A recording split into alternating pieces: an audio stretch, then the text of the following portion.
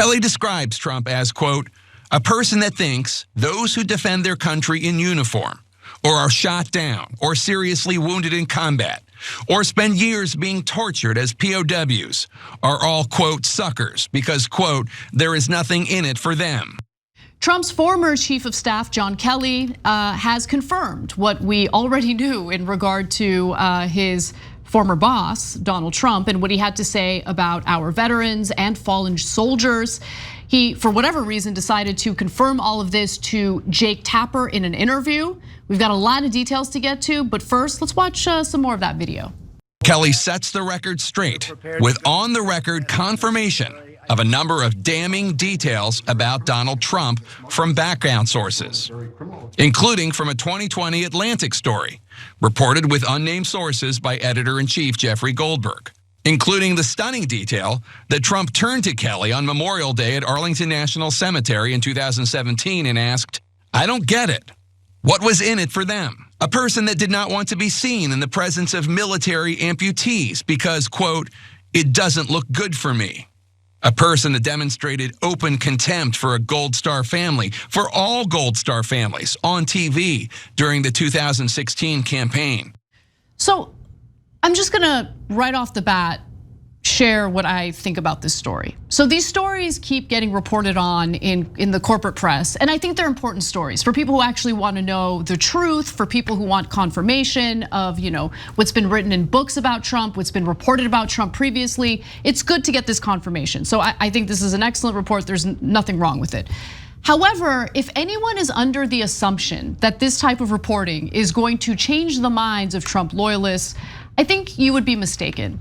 Because while some of this stuff was said behind the scenes, and now his former chief of staff, John Kelly, is confirming that he did in fact say these things behind the scenes, a lot of the negative, insulting things he had to say about prisoners of war and our troops were said publicly.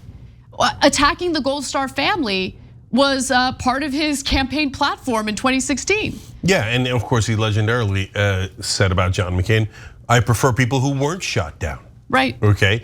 And the guys in the Republican, let's be honest, Republican voters who pretended to be in favor of John McCain, pretended to be in favor of the military and veterans. And I remember all your bumper stickers, support our troops, remember the yellow ribbons, right?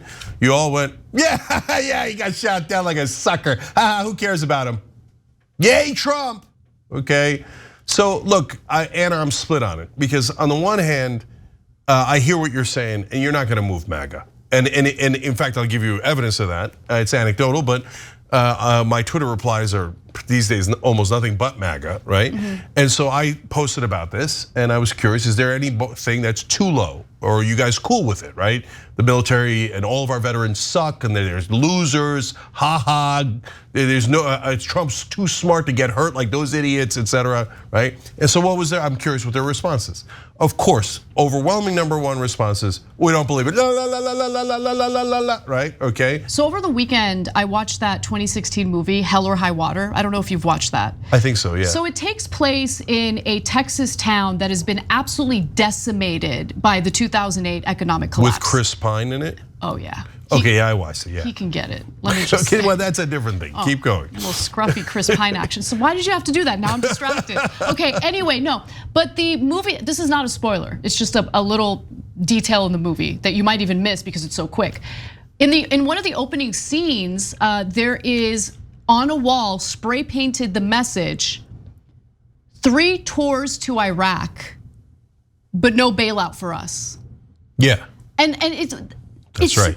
I thought that was such a powerful message, and it really tapped into the rage that Americans felt following the 2000 economic collapse, but more importantly, the response by the Obama administration to it, right? And so there are so many of our veterans out there who are suffering with PTSD, suffering real life consequences as a result of them serving our country, okay? And what I'm having a difficult time understanding is how it is considered fair to support a man who has said some of the most horrible things about our veterans, about our fallen soldiers, obviously people who also served the country. How is it okay to support a leader who is okay with thinking of our troops that way, our veterans that way?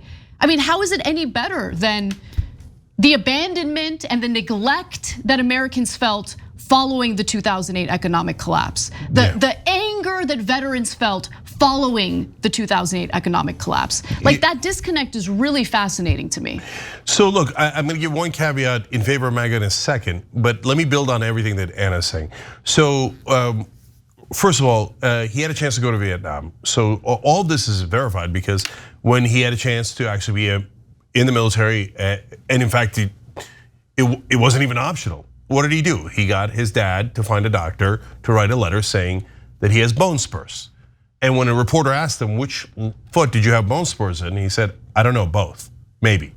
Okay, so that's not an exact quote, you can look up the quote yourself, okay? But bottom line is he had no idea because he made it up. He believes that you're a sucker or a loser if you serve the United States military. He's believed it all his life. Now, if you're cool with that, that's fine. I know. You're gonna say everyone who says anything about Donald Trump, including 80% of the people who work with him. This is his former chief of staff who was super excited to go work for Donald Trump, who's a massive right winger like you guys if you're MAGA, right? He provided cover for Donald Trump and defended him over and over again as he was serving as chief of staff. And it has happened to almost every chief of staff and to almost everyone who works with Donald Trump. But you think, no, they're all liars. It was all part of a giant trap. They all pretend, guy after guy after guy has a whole life record of being a massive right winger. But it was all a trap of the deep state because one day, 40 years later, they knew Trump would rise and they would get him into the thing and then they would all lie about Trump. And Trump, the pathological liar, is the one guy you trust, right? So guys, even you know, 215 pounds, that's what he self-reported his weight at. I mean, you know that's a lie. And then they say, oh no, he's just trolling, he's just trolling. No, he's a narcissist, he can't stop lying.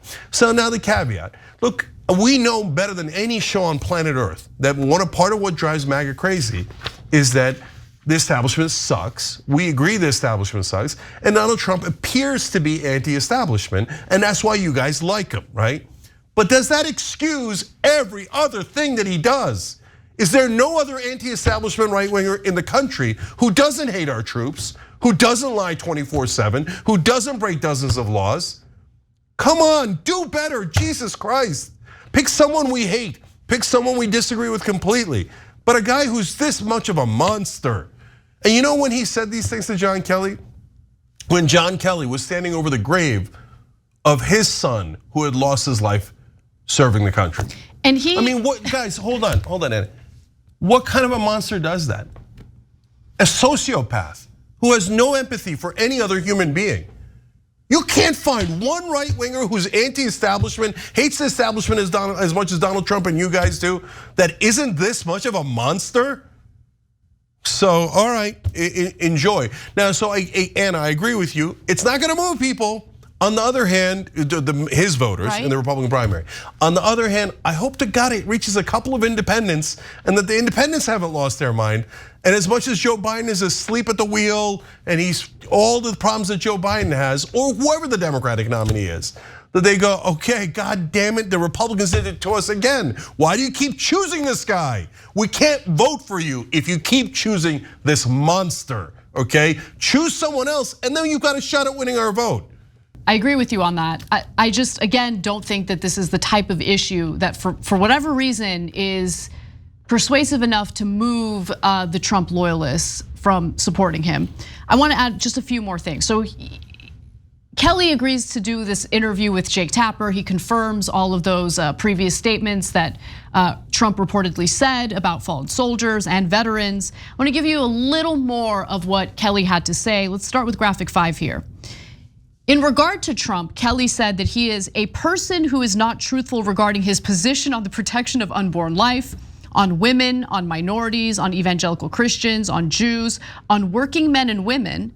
A person that has no idea what America stands for and has no idea what America is all about.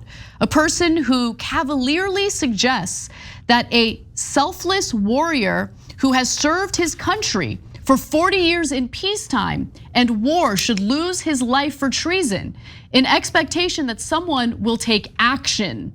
And what he's referring to there is Trump's statements in regard to the chairman of the Joint Chiefs of Staff in his administration. That was General Mark Milley, an individual that Trump himself had appointed Apparently, Trump is very upset that Mark Milley de-escalated a potential hot war with China because China had bad information about how the US was planning a mission against China.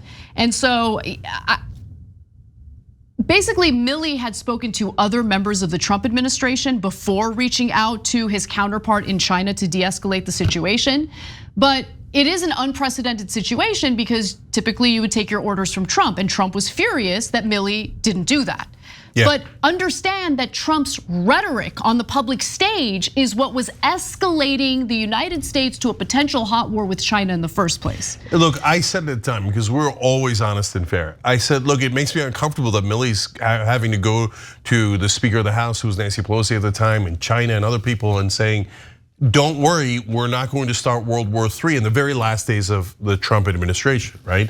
So no, civilian control is very important, okay? Having said that, the reason he had to do that is because the president is a raving lunatic, and the Chinese were worried that World War III was imminent.